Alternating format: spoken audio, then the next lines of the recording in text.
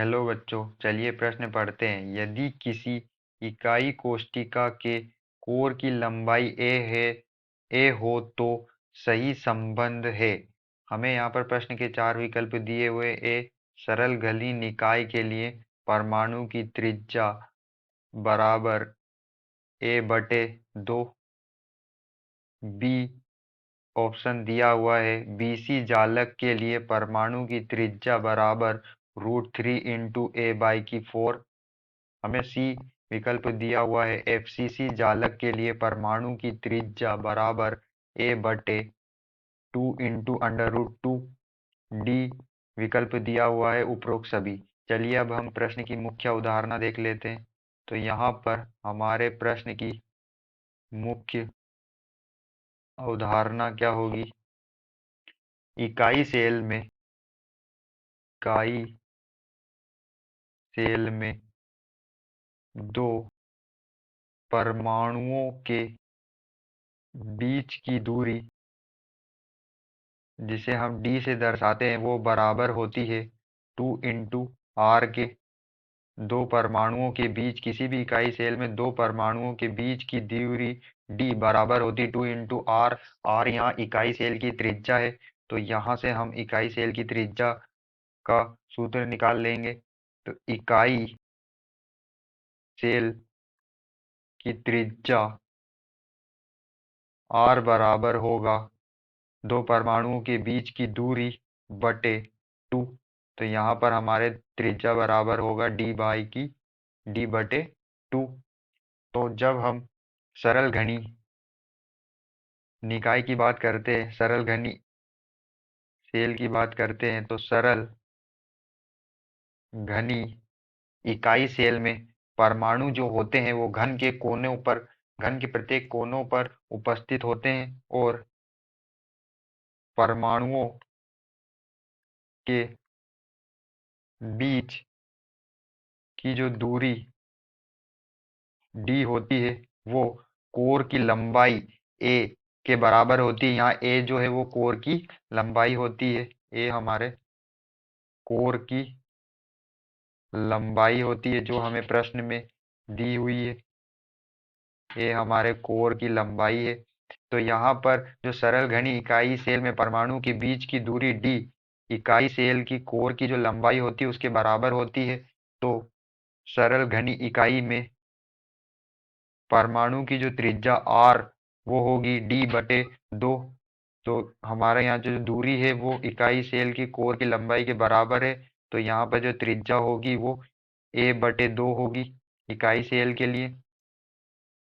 जब हम BCC body सेंट्रेट cubic cell की बात करते हैं, BCC की, जिसे अंतः केंद्रित घनी जालक भी कहते हैं, में जो परमाणु होते हैं वो घन के प्रत्येक कोनों पर होते हैं और एक परमाणु घन के बीचों बीच केंद्र पर उपस्थित होता है।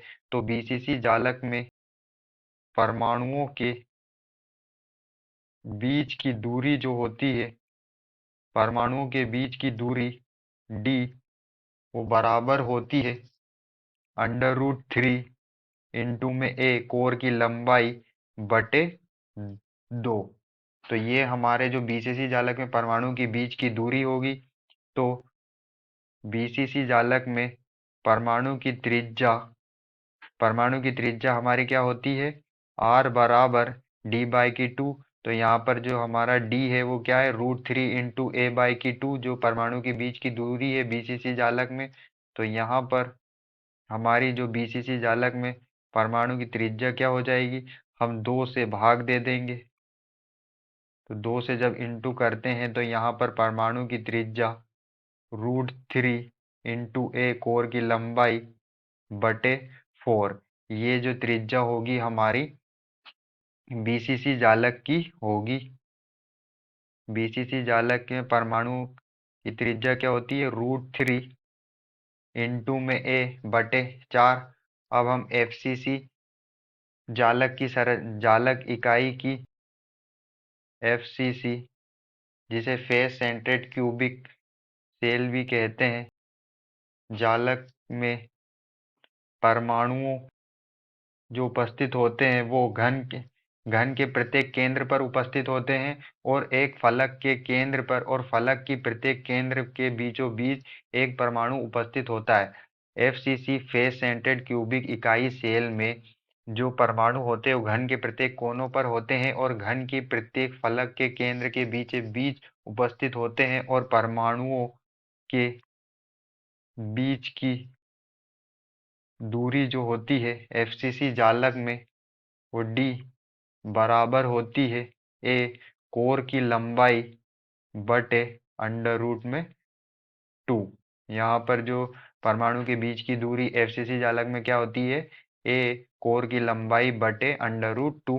तो जब हम एफसीसी जालक में परमाणु के बीच की त्रिज्या r बराबर क्या होगी, 2 से भाग दे देंगे, तो a अंडर रूट 2 हमारे परमाणुओं के बीच की दूरी है। इसमें जब हम 2 से इंटू कर देंगे तो हमारी एफसीसी जालक के परमाणु की ये त्रिज्या होगी। तो हम अपने ऑप्शन चेक कर लेते हैं। हमें ए ऑप्शन में दिया हुआ है सरल घली जालक निकाय के लिए परमाणु की त्रिज्या a बटे 2 होती है।